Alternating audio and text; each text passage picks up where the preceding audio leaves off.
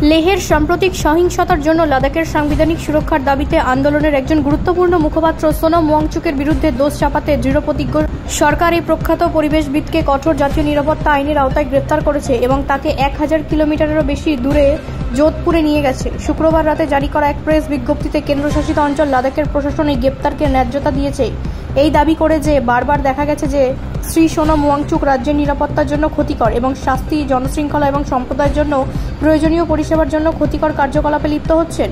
Press বিজ্ঞপ্তিতে অতীতে এই কার্যকলাপ কী ছিল তার কোনো বিবরণ দেওয়া হয়নি, তবে 24শে সেপ্টেম্বর লেহতে সহিংসতার জন্য ওয়াংচুককে সরাসরি দোষারোপ করা হয়েছে, যিনি অনশনে ছিলেন যখন ক্ষুব্ধ জনতা প্রশাসনের ওপর তাদের ক্ষোভ প্রকাশ করছিল। সর্বশেষ সরকারি পদক্ষেপ থেকে স্পষ্টভাবে জানা যায়নি যে ওয়াংচুকের NGO students educational and cultural movement of লাদাখের ফরেন কন্ট্রিবিউশন অ্যান্ড লাইসেন্স বাতিল করার একদিনের মধ্যেই পদক্ষেপ নেওয়া হয়েছে।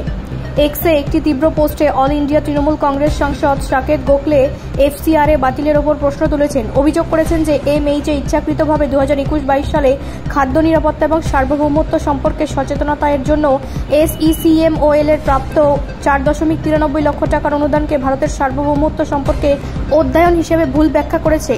টিএমসির নেতা আরও বলেন, এই কারণেই অমিত শাহের অধীনে আমাদের জাতীয় নিরাপত্তা একটি রসিকতা হয়ে উঠেছে।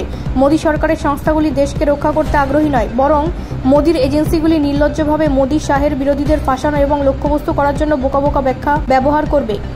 ব্যুরো রিপোর্ট, রাষ্ট্রীয় প্রসার বাংলা।